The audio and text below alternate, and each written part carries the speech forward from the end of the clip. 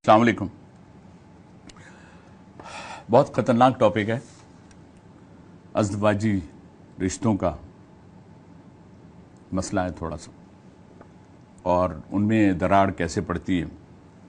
बड़ी खुशी खुशी, क्योंकि शादी का नाम ही खुशी है, और इस खुशी को लेके कैसे मैनेज किया जाता है, कैसे दो ख़ानदान आपस में मिलते हैं, और अगर एक दूसरे को नहीं जानते तो कुछ रेफरेंस होते हैं, उस रेफरेंस के बाद रिश्ता जो है वो बन जाता है।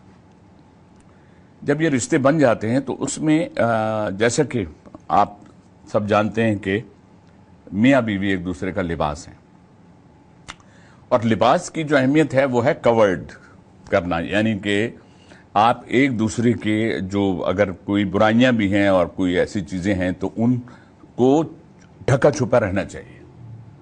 आज के रिश्तों में हो क्या रहा है, सबसे पहले हम उस रेड फ्लैग्स को याद रखें, जो रेड फ्लैग्स शादी के बाद अलार्मिंग होते हैं, जिस पे हमको महसूस होता है ये क्या है, ये तो नहीं था, ये तो बात नहीं हुई थी।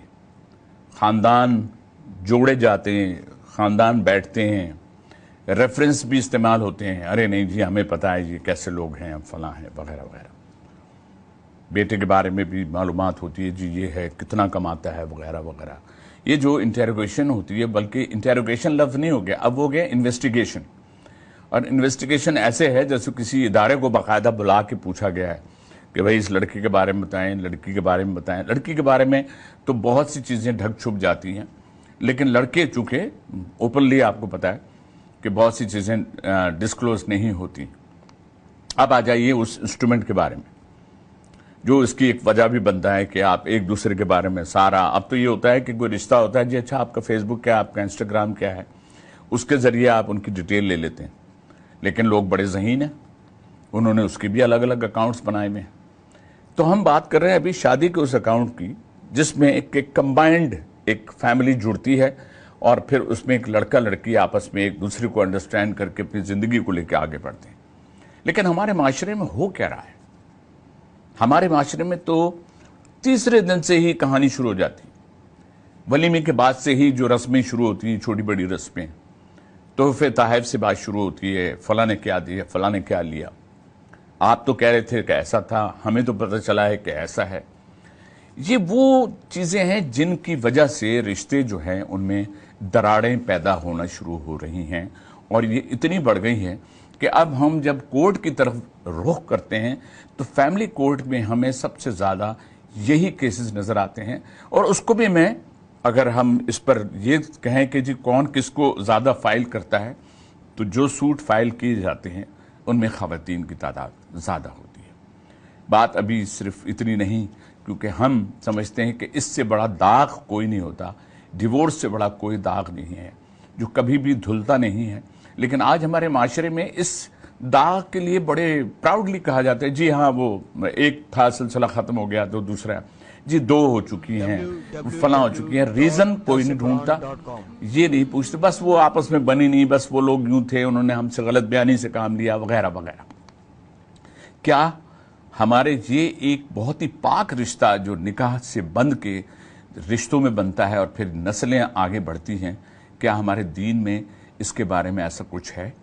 बहुत सी एग्जाम्पल्स इतने हाई लेवल पे, हाई प्रोफाइल अंदाज से हमारे पास मौजूद हैं, जिनमें हमारे अंबिया कराम का भी जिक्र है, जिनसे रिलेवेंट जुड़ी हुई बहुत सी बातें हम तक पहुंची हैं।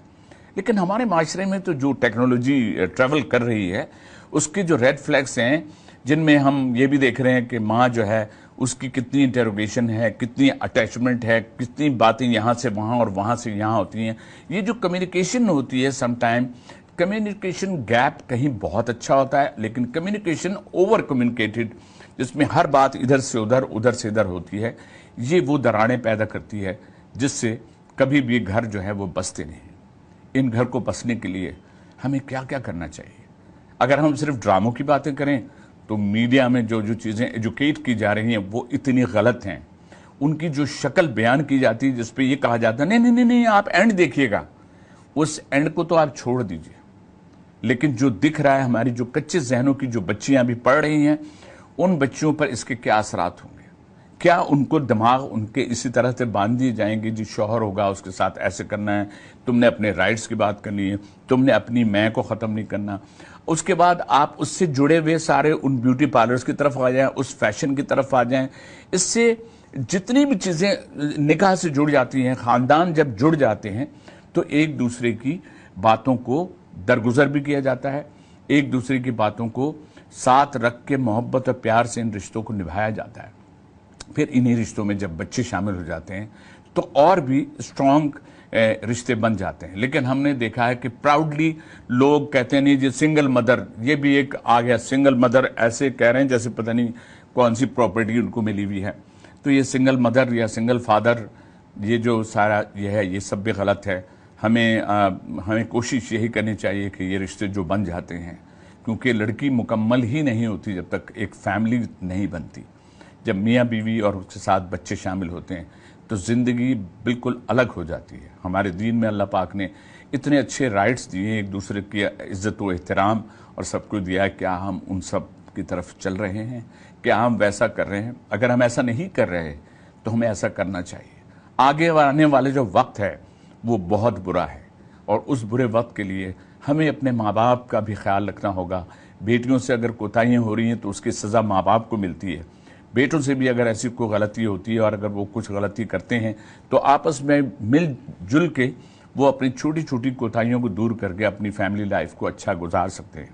تو میں صرف یہی کہوں گا ہمارے رشتوں میں اگر آپ آئندہ بھی کوئی رشتہ کرنا چاہیں تو ایسی بہت سی چیزوں کو اپنے سامنے رکھ کے ان رشتوں کو مضبوط بنائیے, اور ہمارے دین پر چلتے چلتے اللہ کو بھی راضی کریں, اور ان رشتوں میں جو ہمارے معاملات ہیں ان کو بھی اسی طرح لے کے چلیں جو ہمارا دین